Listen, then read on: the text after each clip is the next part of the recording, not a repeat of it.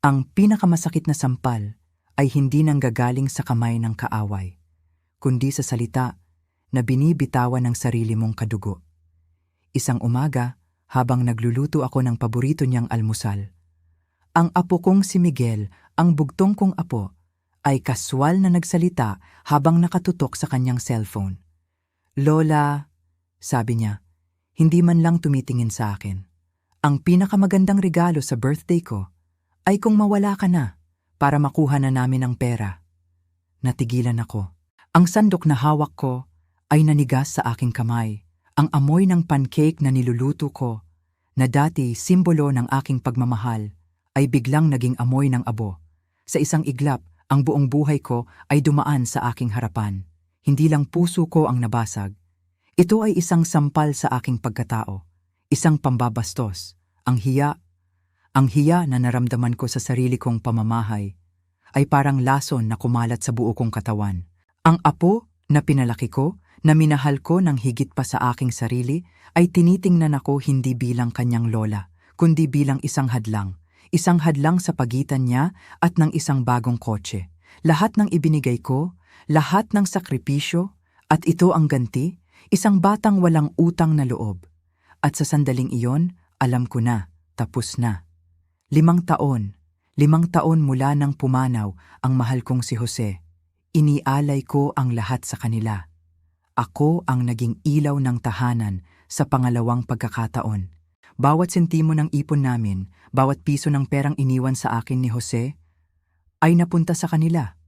Ang bayad sa bahay, sa kotse, ang matrikula sa pribadong eskwelahan, pati ang buwanang suporta na umaabot sa 400,000 piso kada buwan.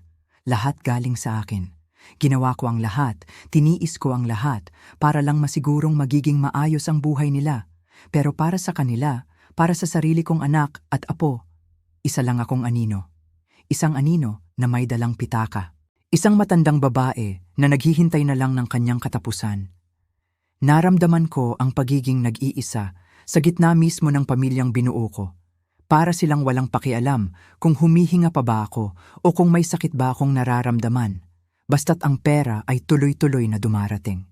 Sila ang pamilya ko, pero pakiramdam ko, para akong isang kasambahay na walang suweldo, na nagbabayad pa para pagsilbihan sila. Pero habang pinupunasan ko ang aking mga luha noong umagang iyon, may ibang umusbong sa aking dibdib. Hindi na lungkot, kundi determinasyon. Akala nila isa lang akong matandang ulyanin na madaling paikutan. Akala nila ang kawawang lola ay walang kalaban-laban. Sila ang pamilya, sila ang mas malakas.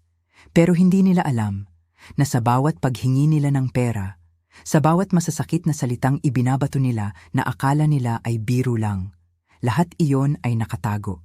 Nakatago sa isang maliit na journal at sa isang munting recorder na laging nasa aking bulsa.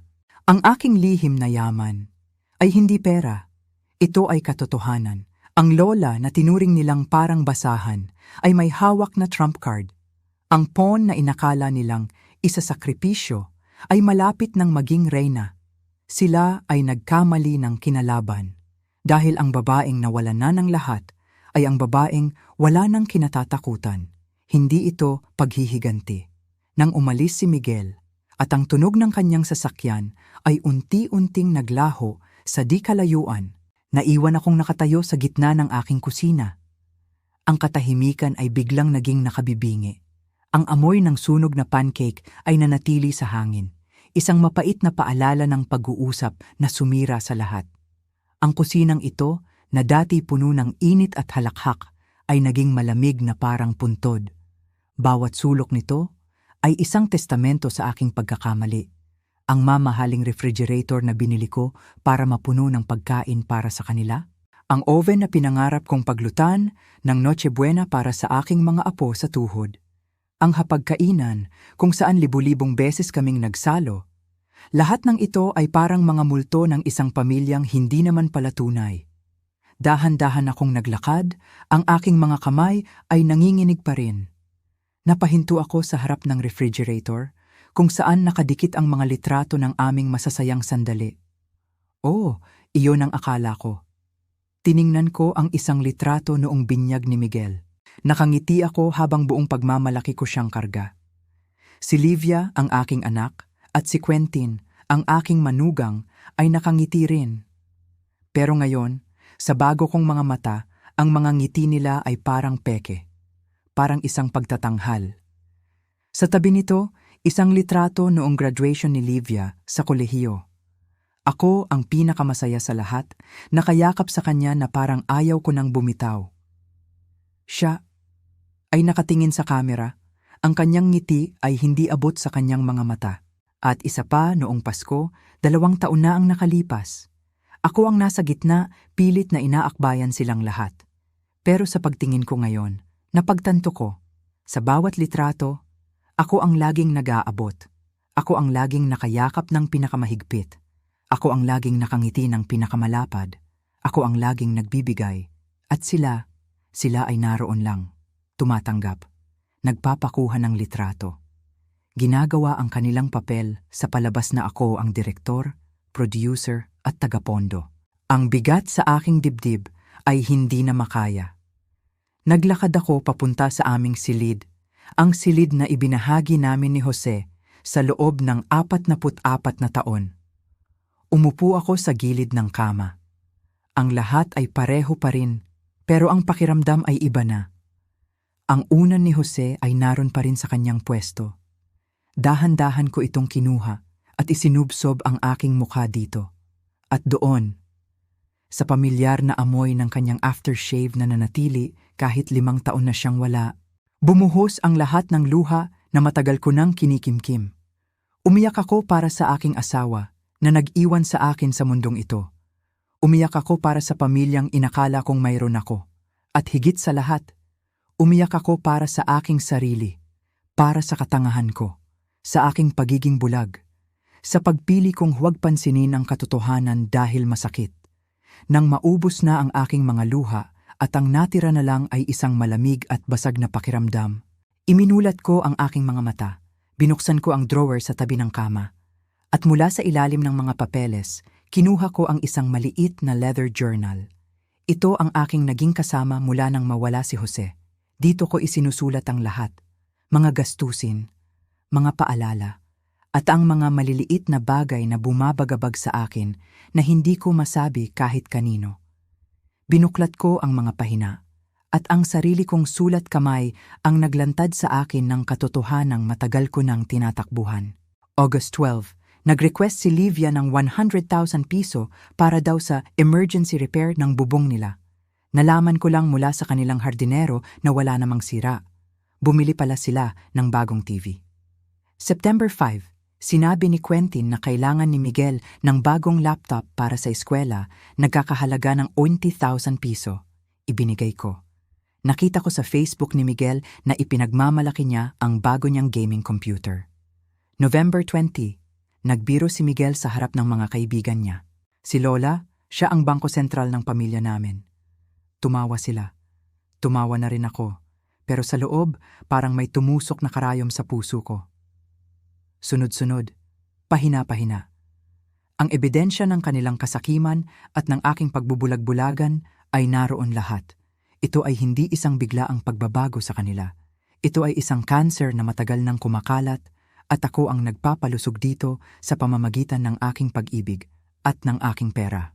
Hindi ito isang pamilya, isa itong transaksyon. At ako? Ako ang produkto na kanilang ginagamit hanggang sa maubos. Ako ang baka na kanilang ginagatasan habang naghihintay ng tamang panahon para katayin. Kinuha ko ang aking pluma at sa isang bagong pahina isinulat ko ang nangyari kanina. Ang bawat salita ni Miguel, ang bawat detalye. Habang isinusulat ko ito, naramdaman ko ang pagbabago sa loob ko. Ang kalungkutan ay nagiging galit. Ang galit ay nagiging determinasyon. Kung pera lang ang tingin nila sa akin, kung ang halaga ko ay nakabase lamang sa mga numero sa aking bank account. Kung gayon, oras na para ipakita sa kanila kung ano ang mangyayari kapag ang bangko ay nagsara. Bigla at walang pasabi. Isinara ko ang journal. Dahan-dahan akong tumayo at lumapit sa bintana. Mula roon, tanaw ko ang hardin na binuo naming dalawa ni Jose.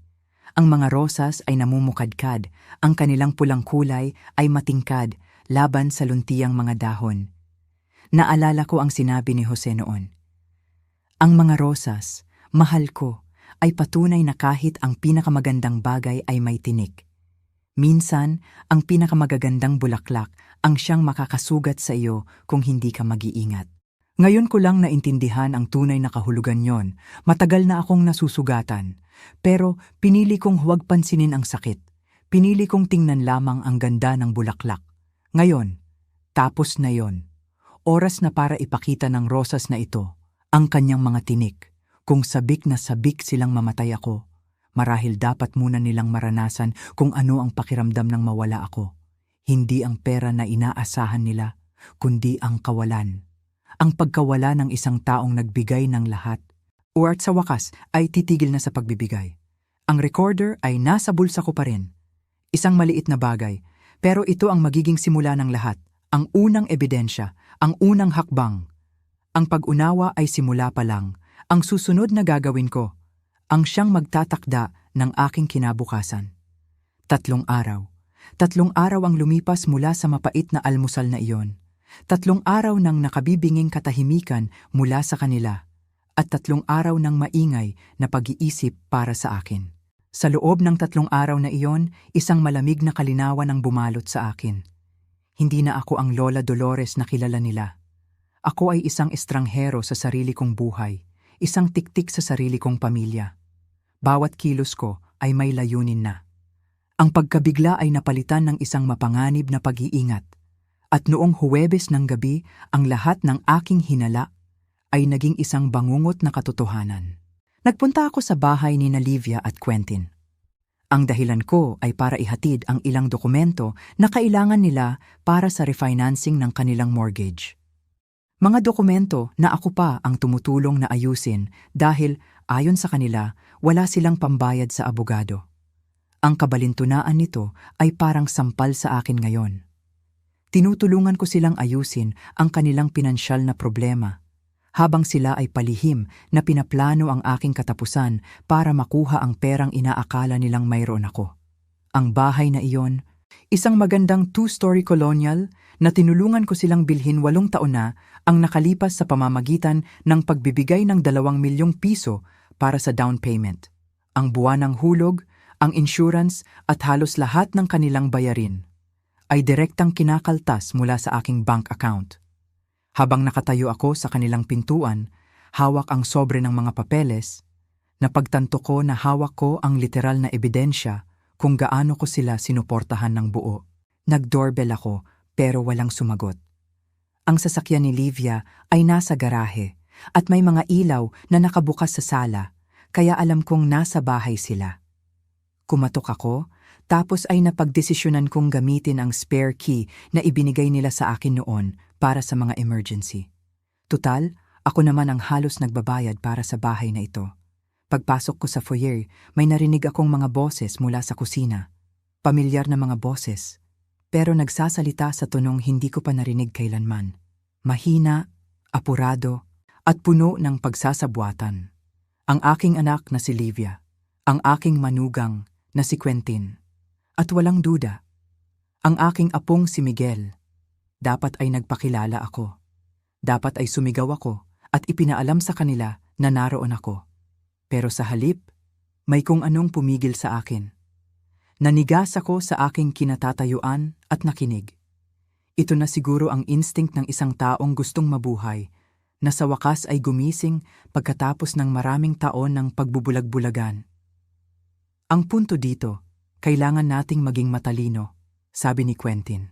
Ang boses niya ay may tunong ginagamit niya sa mga business deal. Kalkulado at malamig.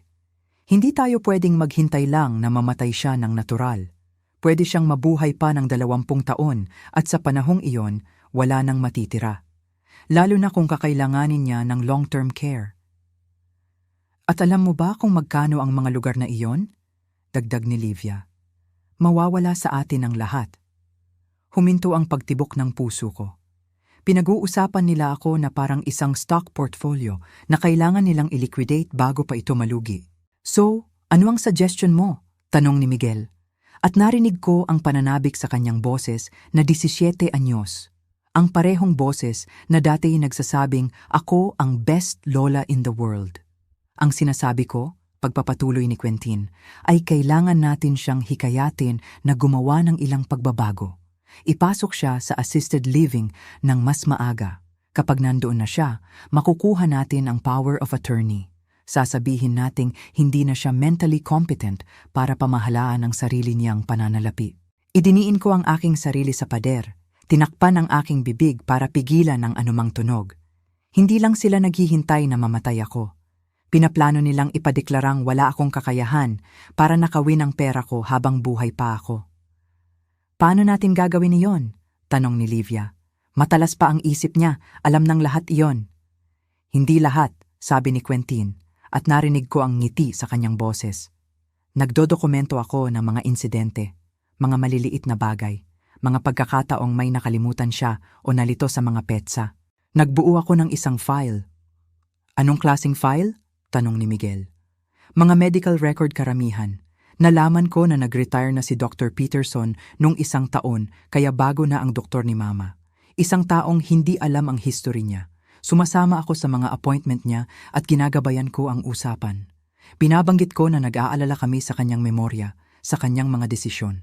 Naging yelo ang dugo sa aking mga ugat. Sinisira ni Quentin ang aking medical care.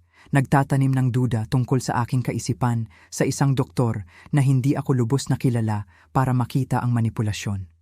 Brilliant? Bulong ni Livia. Gaano katagal bago natin ito maging opisyal? Ilang buwan pa, siguro. Ang susi ay dahan-dahan. Hindi natin pwedeng madaliin, kung hindi, magmumukhang kahina-hinala. Paano ang pera? Tanong ni Miguel. Gaano ba kalaki ang pinag-uusapan natin? Pinigil ko ang aking hininga. Hinihintay kong marinig ang kanilang pagtatantya sa aking yaman. Ang narinig ko ay halos ikabagsak ko. Well, nandyan ang bahay, syempre. Nagkakahalaga iyon ng hindi bababa sa 20 milyong piso ngayon, sabi ni Quentin. Tapos may mga investment account, savings, at ang life insurance ni Jose.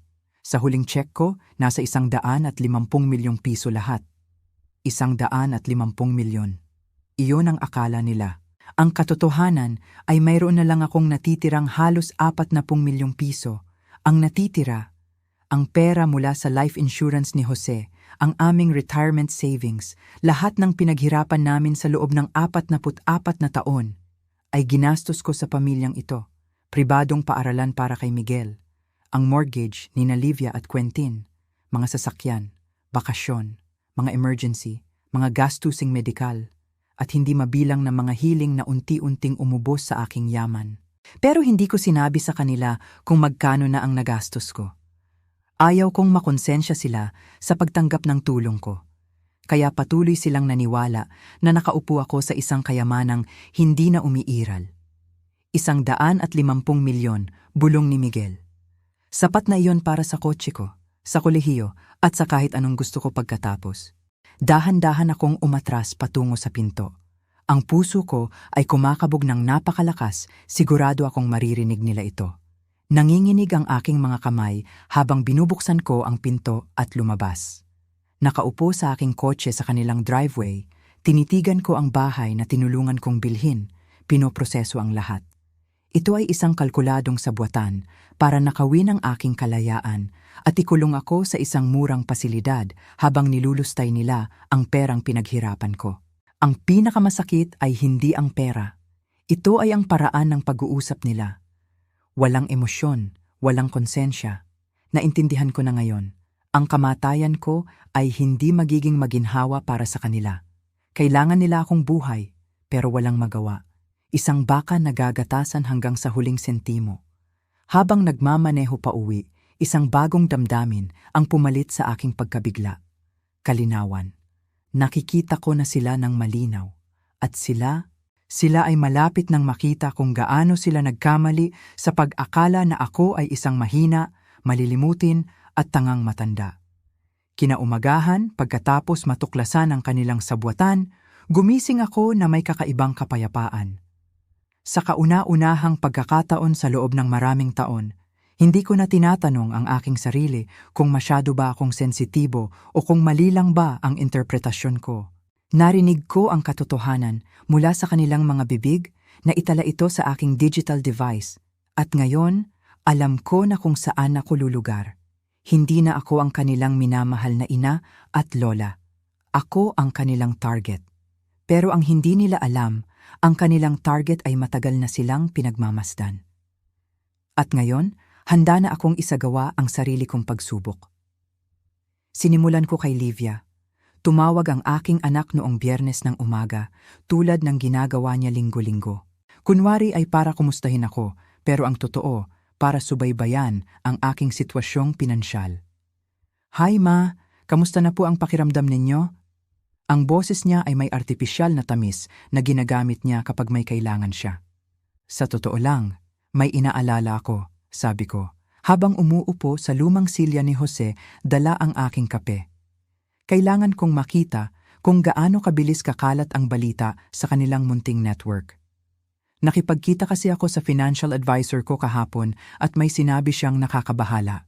"Anong klaseng bagay po?" Biglang tumalas ang interes sa boses ni Livia. "Well, alam mo naman na tinutulungan ko kayo ni Quentin sa mortgage at sa iba pang gastusin?" Huminto ako, hinayaang mabitin ang tanong. Mukhang naging mas mapagbigay ako kaysa sa dapat. "Anong ibig ninyong sabihin?" Ngayon, tunay na siyang nag-aalala. Sabi ng advisor ko, sa bilis ng paggastos ko, baka kailangan kong magbawas ng malaki. Nag-aalala siya sa aking pangmatagalang seguridad sa pananalapi.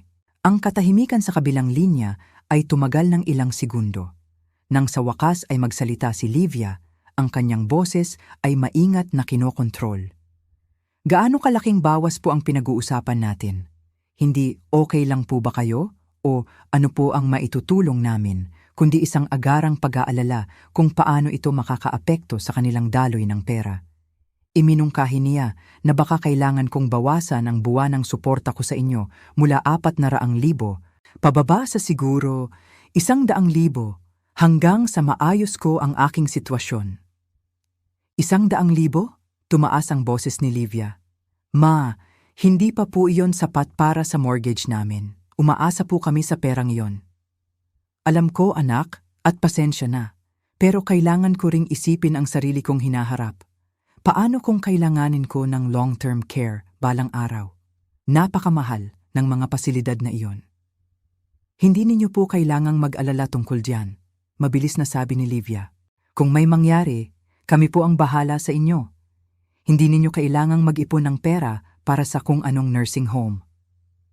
Mag-ipon? Na para bang isang kasalanan ang magtabi ng sapat para alagaan ang aking sarili sa aking pagtanda. Sana nga anak, pero sabi ng advisor ko, kailangan kong maging mas maingat. Sa katunayan, iminungkahi niya na dapat kong isaalang-alang ang pagbebenta ng bahay na ito. Baka lumipat sa mas maliit at mas madaling pamahalaan. "Ibebenta ang bahay?" Ang boses ni Livia ay matalas dahil sa alarma. "Ma, hindi ninyo pwedeng gawin iyan. Napakaraming sentimental value ng bahay na iyan. Itinayo ni Papa ang hardin na iyan para sa inyo. Lahat ng alaala ninyo ay nandyan." Bigla, naging mahalaga ang sentimental value, ngayong apektado na ang kanyang mana. Pagkatapos kong ibaba ang telepono, umupo ako at pinindot ang stopwatch sa aking cellphone. Gusto kong makita kung gaano katagal bago makarating pabalik sa akin ang peking krisis pinansyal na ito. Eksaktong 3 oras at 17 minuto. Si Quentin ang unang tumawag. Ang kanyang boses ay malumanay at nag-aalala sa paraang ginagamit niya sa mahihirap na kliyente. "Dolores, nabanggit ni Livia na mayroon kayong mga alalahanin sa pananalapi. Sana ay hindi ninyo mamasamain. Pero masaya akong tingnan ang inyong portfolio. Minsan, tinatakot ng mga financial advisor na ito ang mga matatandang kliyente para gumawa ng mga hindi kinakailangang pagbabago." "Napakabait mo, Quentin," sabi ko. "Pero alam mo, kung nag-aalala ka sa mga gastusin sa long-term care, may mga estratehiya tayong pwedeng pag-aralan. Mga paraan para maprotektahan ang iyong mga ari-arian habang sinisigurong makukuha mo ang pangangalagang kailangan mo. Protektahan ang aking mga ari-arian." Ang ibig niyang sabihin, Itago ang mga ito para mag-qualify ako sa tulong ng gobyerno habang pinapanatili ang kanilang mana. Sinabi niya na minsan, mas makabubuting ilipat ang mga ari-arian sa mga miyembro ng pamilya ng maaga, para masigurong ang pera ay mananatili sa pamilya kung saan ito nararapat. Na para bang ang perang pinaghirapan at inipon ko ay natural na pag-aari nila. 2 oras pa ang lumipas, si Miguel naman ang tumawag. Ang aking 17 anyos na apo, na wala pang 1 linggong hiniling ang aking kamatayan, ay biglang nag-aalala na ngayon sa aking kalusugang pinansyal. Lola, sinabi ni Mama na may problema ka daw sa pera. Okay lang po ba ang lahat? Hindi ko naman matatawag na problema. Kailangan ko lang maging mas maingat sa paggastos. Ibig sabihin po ba nito? Hindi ninyo na maibibigay ang 2 milyong piso para sa birthday ko? Ayan na, walang paligoy-ligoy. Walang tunay na pag-aalala. Isang direktang tanong kung paano ito makakaapekto sa kanyang inaasahang biyaya. Hindi ko pa alam, apo. Malaking pera ang 2 milyon. Baka pwede tayong maghanap ng mas maliit na regalo na magpapasaya pa rin sa iyo. Ang katahimikan ay tumagal ng napakatagal. Akala ko naputol na ang tawag. Pero nangako po kayo, sa wakas ay sabi niya, at narinig ko ang pagkapikon sa kanyang boses. Umaasa po ako sa perang iyon. Nakapili na po ako ng kotse. Alam ko at pasensya na, pero minsan nagbabago ang mga pangyayari. Baka sa halip na kotse, pwede tayong tumingin sa isang bagay na mas praktikal. Isang magandang laptop para sa kolehiyo o mga damit.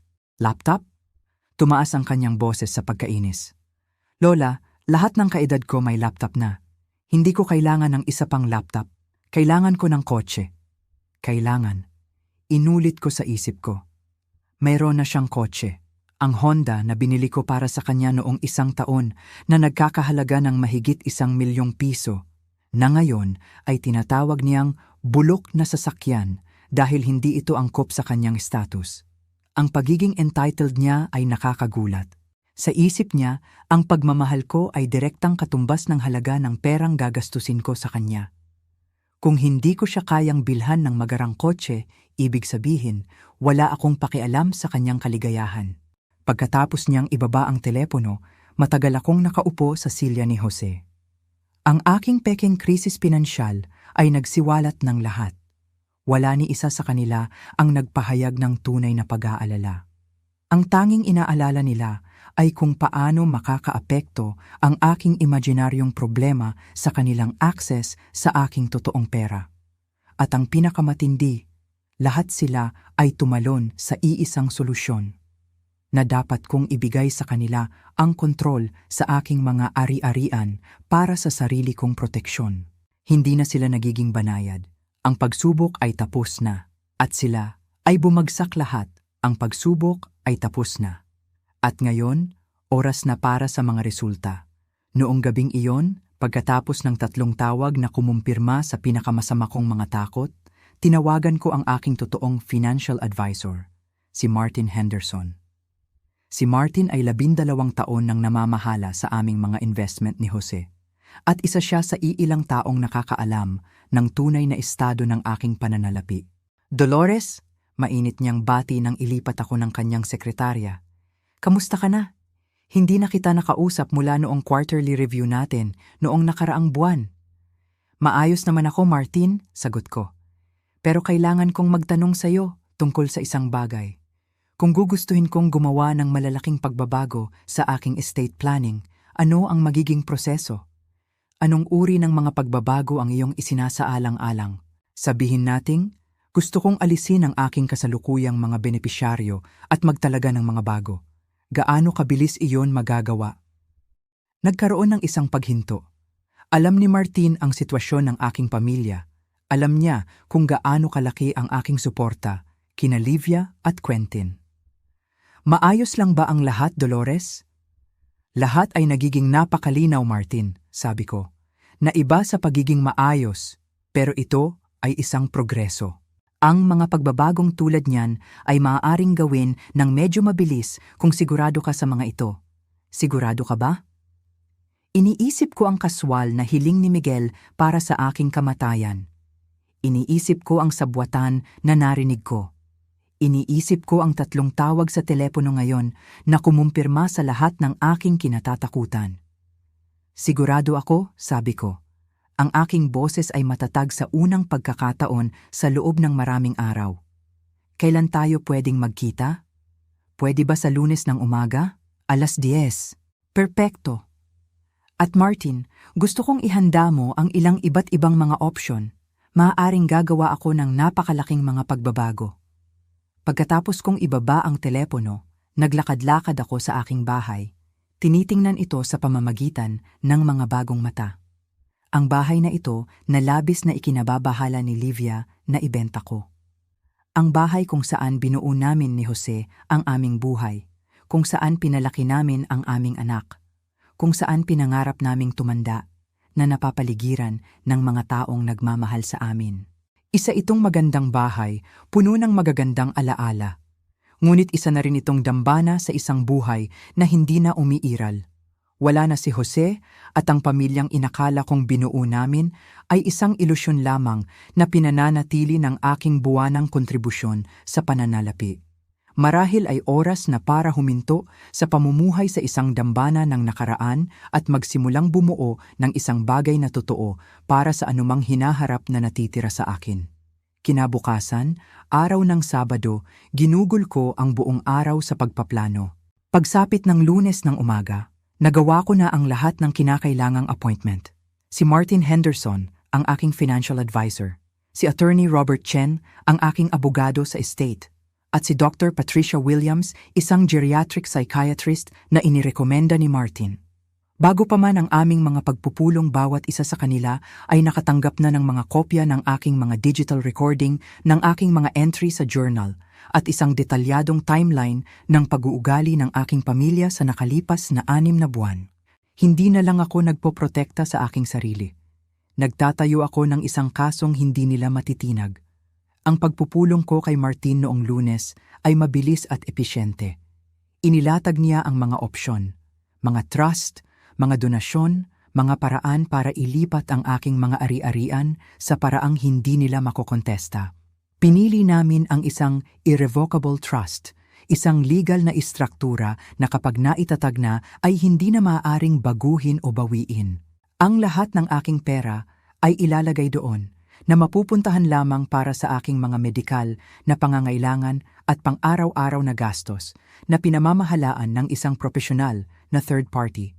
Ito ay isang kuta. Noong Martes, nakipagkita ako kay Attorney Chen. Formal naming isinagawa ang mga pagbabago sa aking huling habilin. Ang luma na nagiiwan ng lahat kina Livia at Miguel ay pinunit at pinalitan ng bago. Ang aking mga bagong benepisyaryo, ang Philippine Cancer Society, bilang parangal kay Jose na namatay sa sakit na iyon. Ang lokal na food bank na laging nangangailangan ng tulong. At ang Children's Hospital kung saan ako dating nagboluntaryo. Mga organisasyong tunay na tumutulong sa mga tao sa halip na nagsasamantala sa kanila. Noong Miyerkules, ang aking appointment ay kay Dr. Williams. Sa loob ng 2 oras, nagsagawa siya ng isang komprehensibong pagsusuri sa aking pag-iisip. Mga tanong, mga puzzle, mga pagsubok sa memorya.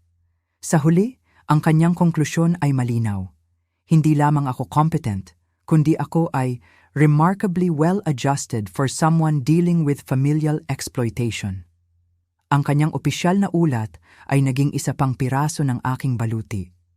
Pagsapit ng Huwebes, eksaktong 1 linggo pagkatapos kong marinig ang mapanirang pag-uusap na iyon sa kusina ng aking anak, lahat ay nasa lugar na. Ang mga paglilipat ng assets ay nagsimula na. Ang bagong will ay nanotaryo na. Ang ulat ng psychiatrist ay naka-file na. Ang recorder ay puno na ng baterya. Biyernes ng umaga, ang ika-18 na kaarawan ni Miguel. Ang araw na inaasahan niyang makatanggap ng 2 milyong piso at sa halip, matututunan niya kung ano ang mangyayari kapag hiniling mo ang kamatayan ng iyong lola. Inimbitahan ko ang buong pamilya para sa hapunan. Sila ay tuwang-tuwa, Marahil iniisip na ito ay nangangahulugang ako ay naging mapagbigay sa kabila ng aking kunwaring mga alalahanin sa pananalapi. Ang entablado ay nakahanda na. Ang mga aktor ay nasa kanilang mga pwesto. At ako ay handa na para sa pagtaas ng kurtina.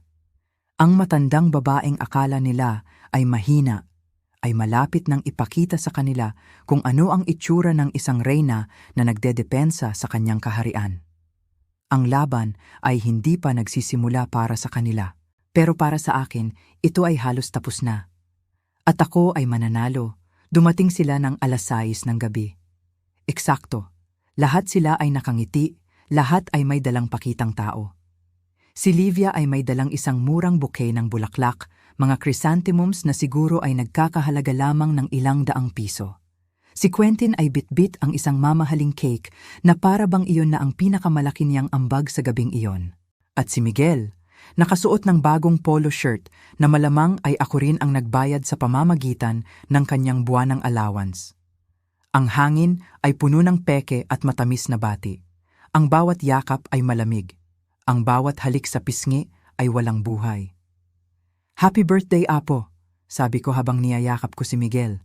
Ramdam ko ang pagiging tensyonado ng kanyang katawan, ang kanyang pagkainip. Gusto na niyang matapos ang mga formalidad at dumating na sa pinakahihintay niyang parte. Ang regalo. Naghanda ako ng pot roast, paborito ni Miguel. May kasamang mashed potatoes at green beans mula sa hardin na itinayo namin ni Jose. Ang usapan sa hapagkainan ay pilit, artipisyal. Bawat isa sa amin ay ginagampanan ang kanilang papel sa charade ng pamilyang ito, pero ang tensyon sa ilalim ng lahat ng iyon ay halos nahihipo. Habang naghahain ako ng cake, ang mamahaling cake na dala ni Quentin, si Livia na ang unang bumasag sa katahimikan. Ang tanong na alam kong kanina pa nila gustong itanong. "So ma, kamusta po ang meeting ninyo sa financial advisor ninyo noong nakaraang linggo? Gumanda po ba ang sitwasyon?" Ang kanyang tono ay puno ng kunwaring pag-aalala. "Sa totoo lang," sabi ko, habang maingat na hinihiwa ang chocolate cake. "Ang mga bagay-bagay ay mas naging malinaw. Nakagawa na ako ng ilang mahahalagang desisyon tungkol sa aking pananalapi." Sumandal si Quentin, puno ng interes. "Anong klaseng mga desisyon po?" Ibinaba ko ang kutsilyo. Tiningnan ko sila isa-isa. Ang 3 taong gumugol ng nakaraang linggo sa pagpaplano kung paano nakawin ang aking kalayaan at ang aking pera. Well, napagtanto ko na si Martin, ang advisor ko, ay tama sa isang bagay. Masyado na akong naging pabaya sa aking pera. "Sinabi naman po namin na tutulungan namin kayong ayusin iyan," mabilis na sabi ni Livia. "Hindi ninyo kailangang soluhin ito." "Napakabait ninyo," sabi ko. Ang aking boses ay perpektong kalmado. Pero naayos ko na. Nakagawa na ako ng malalaking pagbabago para protektahan ang aking mga ari-arian at masiguro ang aking pangmatagalang seguridad. Sa wakas ay nag-angat ng tingin si Miguel mula sa kanyang cake. Isang kislap ng pag-aalala ang dumaan sa kanyang mukha. "Anong klaseng mga pagbabago po?" "Una," sabi ko, na parang nagkukwento lang ng panahon, "inilipat ko na ang halos lahat ng aking liquid assets sa isang trust na maaari lamang gamitin para sa aking pangangalagang medikal at pang-araw-araw na gastusin. Ito ay ganap ng protektado ngayon." Ang katahimikan na bumalot sa mesa ay nakabibingi. Nagpatuloy ako sa paghiwa ng cake. Nakipag-ayos na rin ako para sa aking pangangalaga sa hinaharap. Kung sakaling hindi ko na kayang pamahalaan ang aking sariling mga gawain, may isang propesyonal na serbisyo ng tagapangalaga na papasok. Hindi ko na kailangang mag-alala na mapagsamantalahan ng mga taong maaaring walang mabuting intensyon para sa akin. Ang tinidor ni Quentin ay kumalansing sa kanyang plato. "Dolores, parang masyadong extreme naman iyan. Pamilya dapat ang nag-aalaga sa pamilya." "Sang-ayon ako," sabi ko habang tinititigan siya ng diretsyo. Pamilya dapat ang nag-aalaga sa pamilya. Dapat nilang protektahan ang isa't isa. Hindi nila dapat, kailanman, pagsabwatan na pagnakawan ng isa't isa. Ang temperatura sa silid ay parang bumagsak ng 10 grado. Namutla ang mukha ni Livia. Ma, ano po ba ang sinasabi ninyo? Kinuha ko mula sa bulsa ng aking sweater ang maliit kong digital recorder. Inilapag ko ito sa mesa, sa tabi ng birthday cake. Ang kulay pilak nitong ibabaw ay kumikinang sa ilaw ng chandelier. Pinag-uusapan ko ang pag-uusap ninyo noong nakaraang Huwebes ng gabi. Iyong kung saan pinag-usapan ninyo kung paano ako ipapadeklarang wala sa tamang pag-iisip para manakaw ninyo ang aking pera. Iyong kung saan pinlano ninyong ikulong ako sa isang murang pasilidad habang nilulustay ninyo ang ipon ng buhay ko. Sinyong. Bumukas ang bibig ni Miguel. Magsasalita sana si Quentin pero itinaas ko ang aking kamay. Pakiusap, hayaan ninyo akong matapos. Naging napakapasensyosa ko sa pakikinig sa lahat ng inyong mga plano at pakana. Ngayon, kayo naman ang makinig. Pinindot ko ang play button. Ang boses ni Quentin, malinaw at nakamamatay, ay pumuno sa aming hapagkainan. Ang sinasabi ko ay kailangan natin siyang hikayatin na gumawa ng ilang pagbabago. Ipasok siya sa assisted living ng mas maaga. Kapag nandoon na siya, makukuha natin ang power of attorney. Sasabihin nating hindi na siya mentally competent para pamahalaan ang sarili niyang pananalapi. Hinayaan kong tumugtog ito ng 30 segundo bago ko pinindot ang stop. 27 minuto, sabi ko, na parang nagkukwentuhan lang. Ganyan katagal ninyong pinag-usapan ang pinakamagandang paraan para sirain ang buhay ko. Napaka-detalyado at napaka-well-recorded. Si Livia ay nakatitig sa recorder na para bang ito ay isang makamandag na ahas. Ma, hindi ninyo naiintindihan, nag-aalala lang kami sa inyo. Nag-aalala sa akin? Tumawa ako, isang tawang matalas na nagpanginig sa kanilang lahat. Hayaan ninyong i-play ko ang isa pang bahagi. I-fast forward ko sa boses ni Miguel. 150 milyon. Sapat na iyon para sa kotse ko, sa kolehiyo, at sa kahit anong gusto ko pagkatapos. Namuti ang mukha ni Miguel. Lola, hindi ko po sinasadya iyon. Oh, pero sinadya mo, putol ko. Katulad ng pagsadya mo nang sabihin mo sa akin na ang pinakamagandang regalo sa kaarawan na maibibigay ko ay ang aking kamatayan para mahati ninyo ang pera. Oo, nirecord ko rin ang pag-uusap na yon. Kumuha ako ng isa pang sobre mula sa kabilang bulsa ko. Nandito ang mga kopya ng lahat ng aking recording, ng aking journal, at ng mga pahayag mula sa 3 propesyonal sa medisina na kumukumpirma na ako ay nasa hustong pag-iisip. Nandito rin ang mga kopya ng mga bagong legal na dokumentong isinagawa ko ngayong linggo. Sa wakas ay nagsalita si Quentin.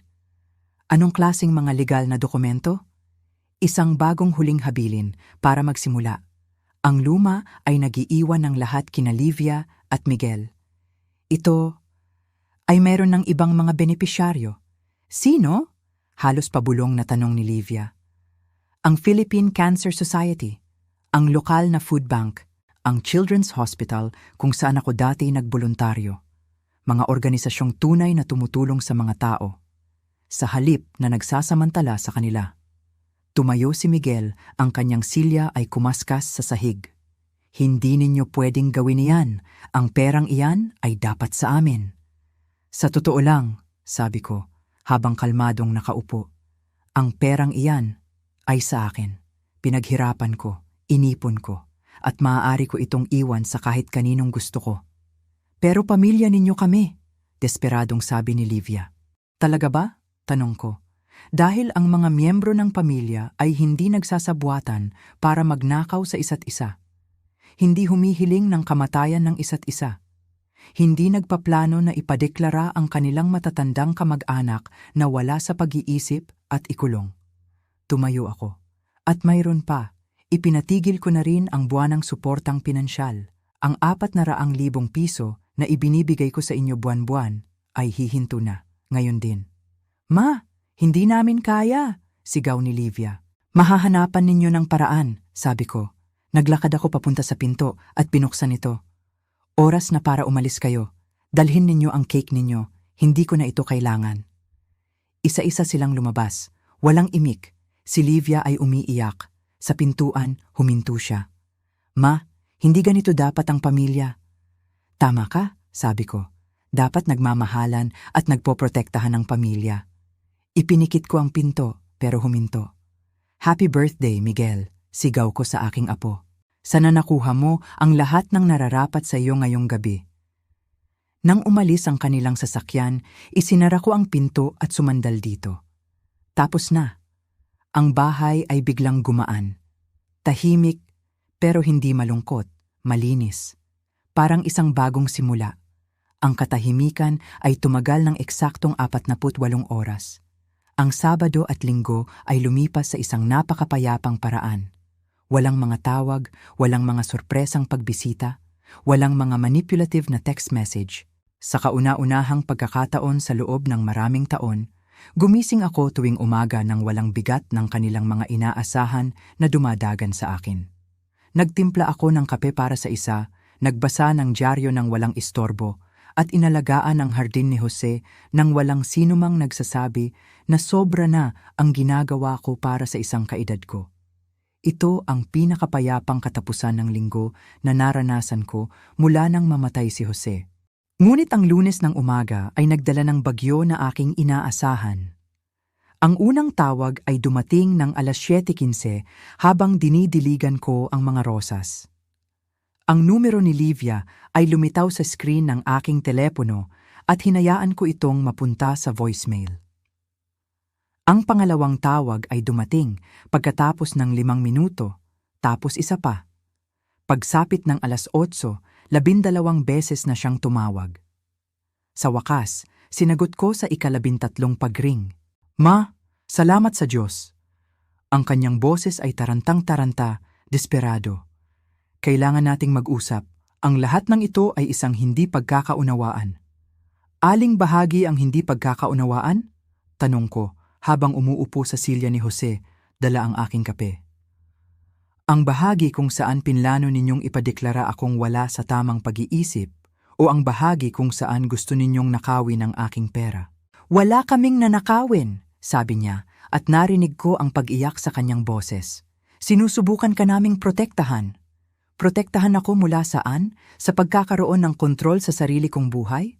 Ma, hindi ninyo naiintindihan kung gaano kayo ka-vulnerable.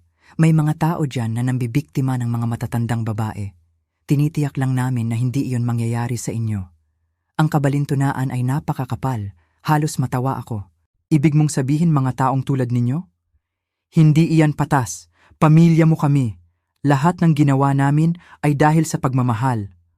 Pagmamahal? Inulit ko sa isip ko. Ganyan ba ang tawag mo kapag sinabi ng 17 anyos mong anak sa kanyang lola na ang kamatayan niya ang pinakamagandang regalo? Si Miguel ay bata pa. Hindi niya naiintindihan ang sinasabi niya. Naiintindihan niya ito ng sapat para kalkulahin kung magkano ang mamanahin niya.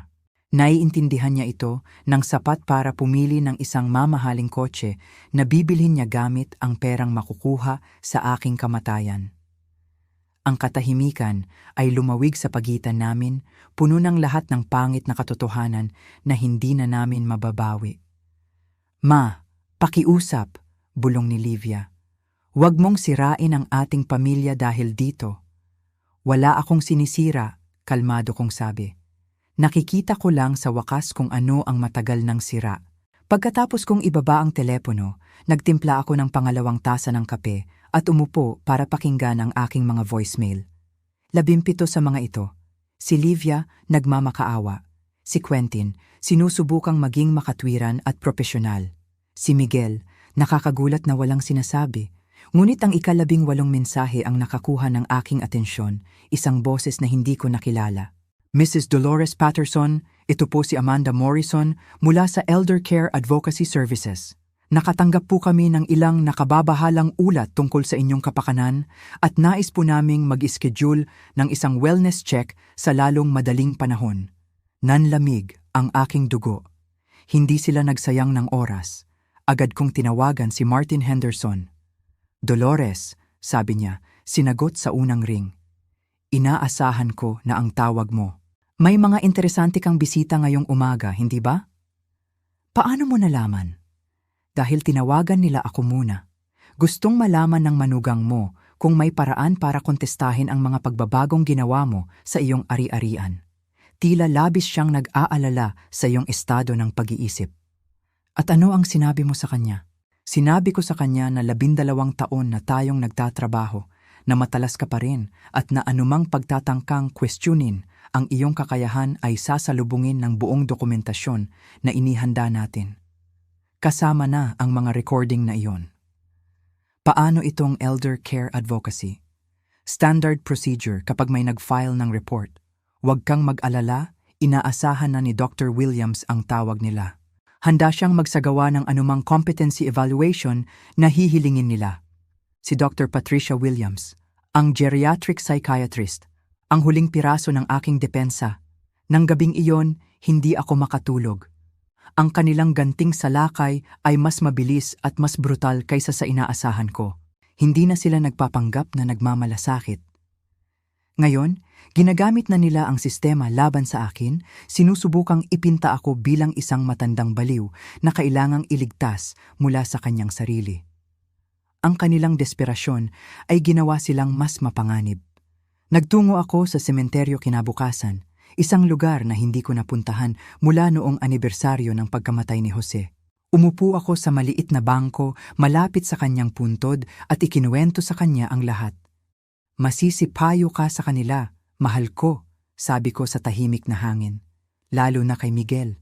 Napakalaki ng pag-asa mo para sa kanya. Naalala ko ang sinabi ni Jose noon. Ang pamilya ay lahat. Pero ang ibig niyang sabihin ay tunay na pamilya. Mga taong pinipiling mahalin ang isa't isa. Hindi lang mga taong nagkataong magkadugo. Pag-uwi ko, may 3 sasakyan sa aking driveway. Ang Honda ni Livia, ang BMW ni Quentin, at isang maliit na silver sedan na hindi ko nakilala. Sa bintana ng aking sala, nakita ko ang mga taong nakaupo sa aking beranda. Pumasok ako sa kusina, umaasang maiiwasan ang komprontasyon. Ngunit bago ko pa man mailapag ang aking bag, ang doorbell ay tumunog ng paulit-ulit. Huminga ako ng malalim, oras na para tapusin ito. Minsan at para sa lahat. Pagbukas ko ng pinto, hindi lang ang aking pamilya ang naroon. Isang babaeng nasa mga 40, maayos ang pananamit, may dalang clipboard at may suot na profesional at nakikiramay na ekspresyon na perpekto sa mga social worker.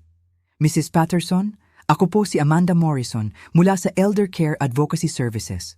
Sila po ang inyong pamilya, tama po ba? Sa kasamaang palad, sabi ko. Narito po kami para magsagawa ng isang welfare check. Ang inyong pamilya ay nagpahayag ng ilang pag-aalala tungkol sa inyong mga kamakailang kilos at kakayahang magdesisyon. Tiningnan ko sila sa likod niya. Si Livia, namumula ang mga mata sa kaiiyak. Si Quentin, mukhang sinusubukang lutasin ang isang komplikadong problema sa negosyo. Si Miguel, nakasimangot lang at galit. Anong klaseng mga pag-aalala? Tanong ko. Inulat po nila na gumagawa kayo ng mga pabago-bagong desisyon sa pananalapi na kayo ay naging paranoid at kahinahinala sa mga miyembro ng pamilya na sumusubok na tumulong sa inyo at na maaaring dumaranas kayo ng demensya o age-related cognitive decline. Umatras ako at binuksan ang pinto ng mas malapad. Tuloy kayo? Lahat kayo? Nagtipon kami sa aking sala na parang magkalabang hukbo. Si Miss Morrison ay umupo sa gitna habang ang aking pamilya ay umupo sa sopa sa tapat ng silya ni Jose, kung saan ako umupo ng may kalmadong mga kamay na magkapatong sa aking kandungan. Mrs. Patterson, panimula ni Amanda, nag-aalala po ang inyong pamilya na gumawa kayo kamakailan ng malalaking pagbabago sa inyong estate planning. Maaari po ba ninyong sabihin sa akin ang tungkol diyan? Siyempre, natuklasan ko na pinaplano ng aking pamilya na ipadeklara akong wala sa tamang pag-iisip para manakaw nila ang aking pera at ilagay ako sa isang nursing home. Kaya, gumawa ako ng mga hakbang para protektahan ang aking sarili. Huminto ang panulat ni Amanda sa kanyang clipboard. Napakabigat na akusasyon po niyan. Oo, gusto mo bang pakinggan ang mga recording? Kukunin ko na sana ang aking bag, pero sumingit si Quentin. Kita ninyo? Ito ang sinasabi namin. Nahuhumaling na siya sa mga di umano'y recording na iyan. Iniisip niyang lahat kami ay may masamang balak laban sa kanya. Hindi ko iniisip na may masamang balak kayo sa akin, kalmado kong sabi. Alam ko, dahil narinig ko kayong ginagawa ito. Inilabas ko ang aking recorder. Miss Morrison, gusto mo bang marinig kung ano mismo ang sinabi ng aking pamilya tungkol sa akin noong akala nila ay hindi ko sila naririnig? Si Amanda ay mukhang hindi komportable. Mrs. Patterson, hindi ko po sigurado kung... Pakiusap! Putol ko. Igigiit ko. Tutal, sila ang tumawag sa iyo dito dahil nag-aalala sila sa aking estado ng pag-iisip. Sa tingin ko, dapat mong marinig kung ano talaga ang tingin nila sa akin. Pinindot ko ang play. Ang boses ni Quentin ay muling pumuno sa aking sala. Kapag nandoon na siya, makukuha natin ang power of attorney. Sasabihin nating hindi na siya mentally competent para pamahalaan ang sarili niyang pananalapi. Nanlaki ang mga mata ni Amanda. Nag-fast forward ako sa isa pang bahagi. Ang susi ay dahan-dahan. Hindi natin pwedeng madaliin, kung hindi magmumukhang kahina-hinala. Nang marating ko ang boses ni Miguel na tinatalakay kung gaano kalaking pera ang mamanahin niya, ang silid ay ganap na tahimik maliban sa nakamamatay na ebidensya ng kanilang sabwatan. Tumingin si Amanda mula sa recorder sa aking pamilya at pabalik sa akin. Mrs. Patterson, gaano katagal ninyo nang alam ang mga usapang ito? Ilang buwan ko nang idinodokumento ang mga nakababahalang pag-uugali, sabi ko. Ngunit narinig ko ang partikular na pag-uusap na ito noong nakaraang Huwebes ng gabi. Ang araw bago ko binago ang aking huling habilin. Binago ninyo ang inyong habilin bilang tugon dito? Pinrotektahan ko ang aking sarili bilang tugon dito. Hindi ba't iyon din ang gagawin mo? Bumaling si Amanda kay Livia. Ginang, totoo po ba ang recording na ito? Ang mukha ni Livia ay pula sa hiya at galit. Kinuha iyan nang wala sa konteksto. Pinag-uusapan lang namin kung ano ang mangyayari kung sakaling mangailangan si mama ng pangangalaga. Bawat pamilya ay may ganitong mga usapan. Talaga ba? Tanong ni Amanda. Karamihan ba ng pamilya ay pinag-uusapan ang pagpapadeklara sa kanilang matatandang kamag-anak na wala sa pag-iisip at paglalagay sa kanila sa pinakamurang posibleng pasilidad? Ginugol ni Amanda ang susunod na 20 minuto sa pagtatanong sa akin tungkol sa aking pang-araw-araw na gawain, sa aking pamamahala ng gamot, sa aking mga social connection. Sinagot ko ang lahat ng malinaw at detalyado. Paminsan-minsan ay tinitingnan ang aking journal para sa mga tiyak na petsa. Sa wakas, isinara niya ang kanyang clipboard at tumayo. Mrs. Patterson, batay sa panayam na ito, wala po akong nakikitang ebidensya ng cognitive decline, dementia o kapansanan sa paggawa ng desisyon. Kayo po ay isang competent na matanda na gumawa ng mga makatwirang pagpili para protektahan ang inyong sarili mula sa mga miyembro ng pamilya na, sa totoo lang, ay nagpaplanong pagsamantalahan kayo. Tumayo si Livia. Katawa-tawa ito. Maniniwala ka na lang sa lahat ng sinasabi niya. Maniniwala ako sa ebidensya, mariing sabi ni Amanda. Kasama na ang mga recording ng inyong pamilya na nagpaplanong manloko ng isang matandang kamag-anak.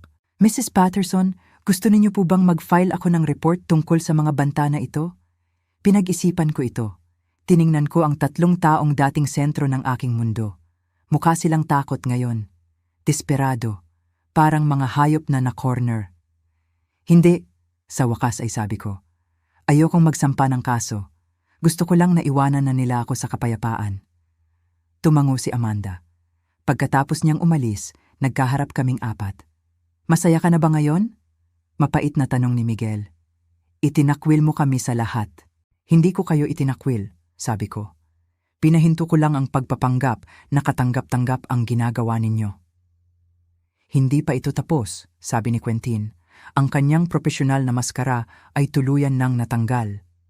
Hindi mo pwedeng basta na lang putulin ang sarili mong pamilya.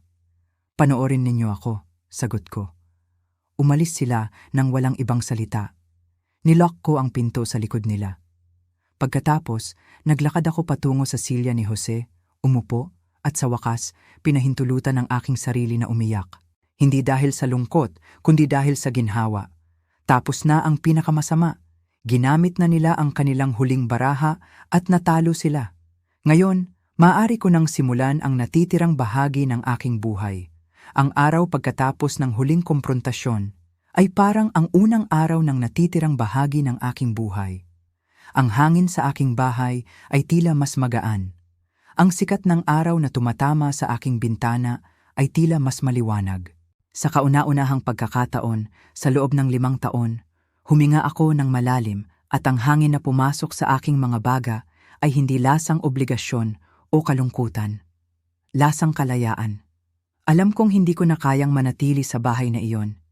Bawat sulok ay may dalang alaala at marami sa mga ito ay nabahiran na ng kasinungalingan. Ang hardin ni Jose na dati ay nagbibigay sa akin ng kapayapaan, ngayon ay nagpapaalala sa akin ng kanilang mga plano. Ang kusina na dati sentro ng aming pamilya, ngayon ay ang crime scene kung saan namatay ang aking mga ilusyon. Kailangan kong umalis, hindi para takasan sila, kundi para hanapin ang aking sarili. Sa loob ng 3 linggo, sa tulong ni Martin at Attorney Chen, inayos ko ang lahat. Ang bahay ay inilagay ko sa merkado at sa aking pagkagulat, nabenta ito ng mas mabilis kaysa sa inaasahan. Isang batang pamilya ang bumili nito na may 2 maliliit na anak na masayang nagtatakbuhan sa hardin noong una nilang pagbisita. Nakita ko sa kanilang mga mata ang parehong pangarap na mayroon kami ni Jose noon. At sa sandaling iyon, alam kong napunta ito sa tamang mga kamay. Ipinamigay ko ang karamihan sa mga kasangkapan. Ang mga bagay na wala ng sentimental value o ang mga mayroon, pero masakit ng tingnan. Ang tanging itinira ko ay ang silya ni Jose, ang aming mga lumang photo album at ang maliit na kahon ng kanyang mga personal na gamit. Ang aking bagong tahanan ay isang kaakit-akit na 2-bedroom cottage sa isang retirement community na tinatawag na Willowbrook Gardens. Hindi ito isa sa mga malalamig at institutional na lugar na sinaliksik ng aking pamilya. Sa halip, ito ay isang masiglang komunidad ng mga independenteng senior citizen na piniling manirahan malapit sa isa para sa pagkakaibigan at seguridad, hindi dahil kailangan nila ng pangangalaga.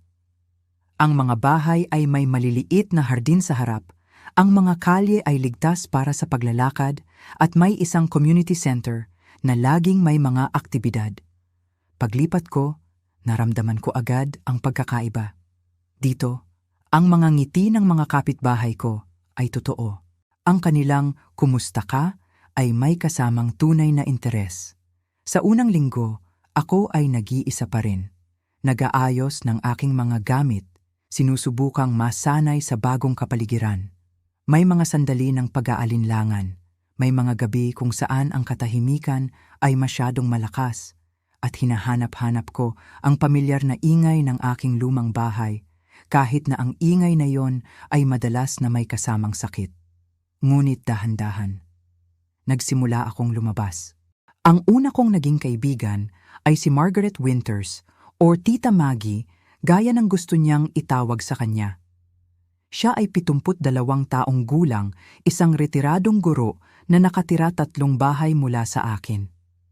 Isang umaga, habang nag-aalaga ako ng aking maliit na hardin, lumapit siya dala ang 2 tasa ng mainit na kape. "Mukhang kailangan mo ng kasama," sabi niya, na may ngiting umaabot hanggang sa kanyang mga mata. Mula noon, halos araw-araw na kaming magkasama. Siya ang nagpakilala sa akin sa book club tuwing Miyerkules, sa walking group tuwing umaga, at sa klase ng pagpipinta tuwing Biyernes. Sa pamamagitan ni Tita Maggie, natuklasan ko ang isang buhay na hindi ko alam na posible para sa akin. Isang buhay na hindi umiikot sa pag-aalaga sa iba. Isang buhay kung saan ang aking mga desisyon ay para lamang sa akin. Nagpunta kami sa mga day trip, nagmamaneho papunta sa mga kalapit na bayan para subukan ang kanilang mga lokal na pagkain at bisitahin ang kanilang mga antigong tindahan. Simple lang. Pero para sa akin, bawat biyahe ay isang revolusyon. Nalaman ko na mahilig pala ako sa mga lumang libro, na may talento ako sa pagpipinta ng mga bulaklak, at na kaya kong tumawa ng malakas sa mga simpleng biro hanggang sa sumakit ang aking tiyan. Isang araw, Habang kami ay nasa isang maliit na cafe sa Tagaytay, tinanong ako ni Tita Maggie ng tanong na alam kong darating. Pinagsisisihan mo ba ang pagputol sa kanila ng tuluyan? Napaisip ako habang hinahalo ang aking kape. Tumingin ako sa paligid. Mga pamilyang masayang nag-uusap. Mga mag-asawang magkahawak kamay. Mga taong malinaw na nagagalak sa piling ng isa't isa. Pinagsisisihan ko na kinailangan itong mangyari. Sa wakas ay sabi ko. Pinagsisisihan ko na ang mga taong pinakamamahal ko sa mundo ay tiningnan ako bilang isang bagay na mapagsasamantalahan. Pinagsisisihan ko na ginugol ko ang napakaraming taon sa pagbibigay ng dahilan para sa mga pag-uugaling hindi dapat palampasin. Huminto ako at idinagdag, pero hindi ko pinagsisisihan ang pagprotekta sa aking sarili. Hindi ko pinagsisisihan ang pagpili sa aking sariling kapakanan kaysa sa kanilang kaginhawaan. At hinding-hindi ko pinagsisisihan ang pagtuklas kung ano ang maaaring maging buhay ko kapag ito ay tunay na sa akin. Ang aking pamilya, sinubukan pa rin nila. Ilang linggo pagkatapos kong lumipat, nagpadala si Livia ng isang mahabang sulat. Puno ito ng pagsisisi, ng mga salitang nagsasabing, natuto na sila sa kanilang pagkakamali, na namimiss na nila ako. Ngunit sa pagitan ng mga linya, naroon ang mga banayad na pahiwatig tungkol sa kanilang mga problemang pinansyal, maingat na mga mungkahi na baka maaari akong tumulong kahit kaunti habang sila ay bumabangon muli. Itinapon ko ang sulat ng hindi sumasagot. Si Quentin ay mas direkta.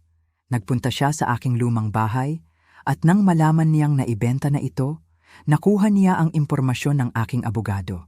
Ipinaalam sa kanya ni Attorney Chen na anumang karagdagang pagtatangkang makipag-ugnayan sa akin ay ituturing na panliligalig. Si Miguel? Wala. Walang tawag. Walang sulat. Walang paghingi ng tawad. Sa isang kakaibang paraan, ang kanyang katahimikan ang pinakatapat na tugon sa lahat. Hindi niya ako kailanman nakilala bilang isang tao, kundi bilang isang mapagkukunan lamang ng pera.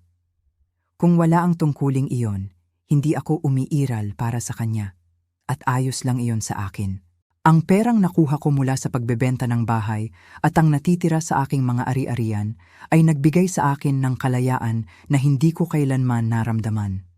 Nagboluntaryo ako sa lokal na animal shelter, ginugugol ang aking mga hapon sa pag-aalaga sa mga aso at pusa na, tulad ko, ay nangangailangan ng pangalawang pagkakataon. Sumali ako sa community garden ng Willowbrook, nagtuturo sa mga bagong residente kung paano magtanim ng mga gulay. Ang bawat araw ay may layunin. Ang bawat araw ay puno. Isang gabi habang nag-iisa sa aking komportabling sala, binuklat ko ang isa sa mga lumang photo album. Nakita ko ang isang litrato namin ni Jose noong aming kasal. Napakabata namin, puno ng pag-asa. Ipinangako ko sa kanya noon na aalagaan ko ang aming pamilya. At sa loob ng maraming taon, akala ko yon ang ginagawa ko. Ngayon, napagtanto ko na ang pag-aalaga sa pamilya ay hindi nangangahulugang pagpaparaya sa kanilang mga kasalanan. Minsan, ang pinakamalaking pag-aalaga na maibibigay mo ay ang pagtuturo sa kanila ng isang mahirap na leksyon, kahit na ang ibig sabihin nito ay ang pagpapaalam sa kanila. Ipinikit ko ang album. Ito ay bahagi ng aking nakaraan, ngunit hindi na ito ang aking kasalukuyan, at lalong hindi na ito ang aking kinabukasan. Ang babae sa mga litratong iyon, ang Dolores na laging nagbibigay, na laging umaasa, na laging nasasaktan, ay wala na. Namatay siya noong umagang iyon sa kusina. At mula sa kanyang abo ay isinilang ang isang bago, isang taong mas matatag, mas matalino, at sa wakas, malaya. 7 buwan. 7 buwan na ang lumipas mula nang isarako ang pinto sa aking nakaraan. Ngayon, habang nakaupo ako sa aking maliit na hardin dito sa Willowbrook, hawak ang isang tasa ng mainit na kape. Ang mundo ay tila ibang-iba na. Ang hangin ay sariwa. Ang mga bulaklak na itinanim ko ay namumukadkad sa ilalim ng aking sariling pag-aalaga. Kaninang umaga, habang nagbabasa ng dyaryo, isang maliit na balita ang nakakuha ng aking pansin. Isang pamilyar na pangalan, Miguel Patterson. 18 taong gulang, naaresto dahil sa pagmamaneho ng lasing. Ang kanyang sasakyan ay na-impound. Binasa ko ang 3 pangungusap na iyon ng paulit-ulit. Hinihintay ko ang kirot, ang awa, ang bigat ng obligasyon na tumawag at tumulong. Pero walang dumating. Wala. Ang tanging naramdaman ko ay isang malalim na kalungkutan, hindi para sa kanya, kundi para sa batang hindi kailanman natutong tumayo sa sarili niyang mga paa. Ang gulo niya ay hindi ko nagulo. Ang buhay niya ay hindi ko na responsibilidad. Ibinaba ko ang dyaryo at humigop ng kape. Ang pait nito ay mas masarap kaysa sa anumang matamis na kasinungalingan. Noong 1 linggo, nakatanggap ako ng sulat mula sa Children's Hospital. Ang bahagi ng donasyon ko ay ginamit para magtayo ng isang bagong silidlaruan sa pediatric ward. Nagpadala sila ng mga litrato, mga batang may malubhang karamdaman. Pero nakangiti pa rin, naglalaro at tumatawa. Ang perang iyon, ang perang pinagplanuhan nilang lustayin para sa mga mamahaling kotse at luho, ay nagdudulot na ngayon ng ligaya sa mga batang tunay na nangangailangan nito. At sa sandaling iyon, alam kong tama ang naging desisyon ko. Naalala ko ang malupit na sinabi ni Miguel. Ang pinakamagandang regalo ay kung mawala ka na. Sa isang paraan, nagkatotoo siya. Ang babaeng nabuhay para pagsilbihan ang kanilang mga pangangailangan. Ang babaeng ipinagkamali ang suportang pinansyal sa pagmamahal. Ang babaeng tumanggap ng mga mumo ng pagtingin kapalit ng walang sawang pagbibigay. Ang babaeng iyon ay namatay na. At ang bumangon mula sa kanyang abo ay isang taong mas matatag, mas matalino, at higit sa lahat, mas mahalaga. Isang taong sa wakas ay natutunan na ang pinakamahalagang relasyon na maaari mong magkaroon ay ang relasyon sa iyong sarili. Nakatayo sa aking sariling kusina, sa aking sariling tahanan, napapaligiran ng aking sariling mga pagpili. Itinaas ko ang aking tasa ng kape, isang pagpupugay sa babaeng naging ako. Maligayang kaarawan sa akin, bulong ko sa tahimik na silid. Isang silid na mas puno ng buhay kaysa sa anumang masikip na pagtitipon ng pamilya. At alam ko, saan man siya naroroon, si Jose ay nakangiti. Ngayon, ako naman ang magtatanong sa inyo, sa mga nakinig sa aking kwento. Ano ang gagawin ninyo kung kayo ang nasa aking kalagayan? Naranasan niyo na ba ang katulad nito? Ibahagi ninyo ang inyong kwento sa mga komento sa ibaba. At sabihin niyo rin kung saan kayo nanonood. Maraming salamat sa inyong pakikinig hanggang sa huli.